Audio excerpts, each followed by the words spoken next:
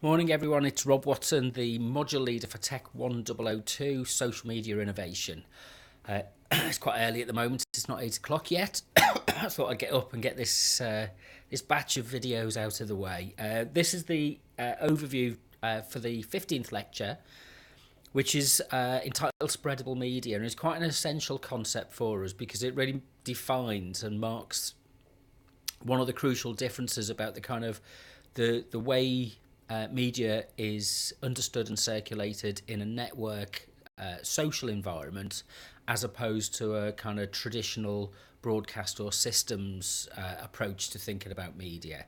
So what we're going to do in this session is just kind of map out some of the issues and some of the consequences of this shift and change from broadcast to spreadable media, from sticky to spreadable media, and I'll explain what these terms mean in the lecture. This is predominantly taken from the Spreadable Media book by Henry Jenkins, Ford and Green. So there's a lot of kind of arguments that are rehearsed through that book about participation and how people participate in producing media and what the benefit of that is. So we're going to start looking at I think the first thing that we should realise and remember is that not everybody has equal access to media. In fact, actually, there's a divide, and quite a stark and clear divide between, if you like, the media haves and the media have-nots. Those who are equipped and are able and have the access to resources to produce their own content and media, and those who are excluded and marginalised. So we just need to put it in a kind of a caveat that those kind of relationships do exist and they're very important. But within the context of changes to media technology, so the introduction of smartphones, the changes in size of digital cameras, the editing programs that you can now get, gamification through Pokemon Go, whatever it is, there's a shift towards a more participative form of media engagement, which is different from more traditional approaches to media. So what we'll kind of look at with this is the idea that there's the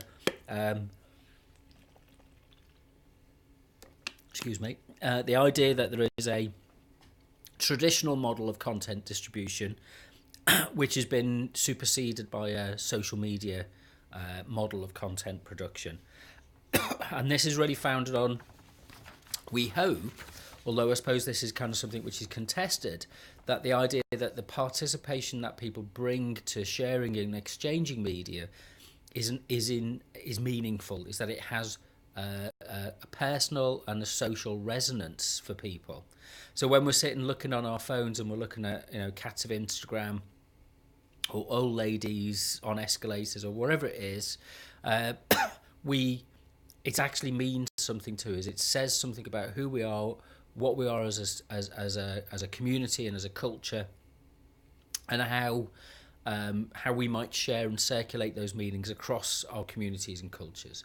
But we're doing this in the face of a change between, on the one hand, you've got kind of corporate media, large media organisations, very well funded, globalised, financially set up to profit from the generation and development of media. So Disney and now Amazon and Apple and traditional media companies who are they produce and turn out content, and it's marketed heavily at particular demographic groups. But there's a new model which is kind of more grassroots based, which is the idea that media that is produced by people themselves, and it implies what Henry Jenkins identifies as a participatory culture. So it's the idea that kind of the social media landscape gives way to, from a narrow transmission-based model of media, gives way to a shared and socially exchanged form of media. Now, that we think about the way that we use media through metaphors, analogies, transmission, broadcast. There are analogies. We use a visual, a mental image in order to be able to bring to mind a way that we think that media works. So what we are turning our attention to in this module are the social processes that help media to circulate and to be shared. So one of the metaphors that Jenkins, Ford and Green discuss is the idea of stickiness. So the idea is that you are attracted to watching a channel and you watch a set of programs. I mean, Netflix is very good at this. Netflix is a combination of spreadable and sticky media. So that countdown to the next episode keeps you watching it. So it's a sticky form of media that keeps you glued, literally almost glued to the screen that you're watching. But it's also backed up now by supporting apps and supporting sites whereby you can share content and you can take that content with you on a kind of mobile journey, and you can pick up wherever you are from where you left off when you were last watching a program or a film. So it kind of generates a sense of kind of spreadability. So media is designed to be spreadable. And there's a set of principles that Jenkins, Ford and Green outline, which we'll go through, and we'll look at them in kind of some detail. So it's kind of like a diversification of media experiences. And we take this for granted now, I think. It's kind of, we've shifted from a broadcast model of limited number of channels to a model where we now take it for granted that, if you like, the structures within society are based around the idea of your associations. You are what you share might be a better way of thinking about our sociability and what it is that we engage in as media consumers as part of a network culture. Now, this is often talked about in terms of you've heard the metaphor for the viral media. And maybe we need to look at these metaphors as a way of kind of, is this the right kind of metaphor? We should always judge and challenge the kind of metaphors that we use to think, because if we can embrace a different type of metaphor, one which creates a different kind of world view within the metaphor, then it gives us an opportunity to look at different opportunities to get things done and so different types of social connections, and we're not so limited by the past, and that we can explore a bit more and discover a bit more in the future.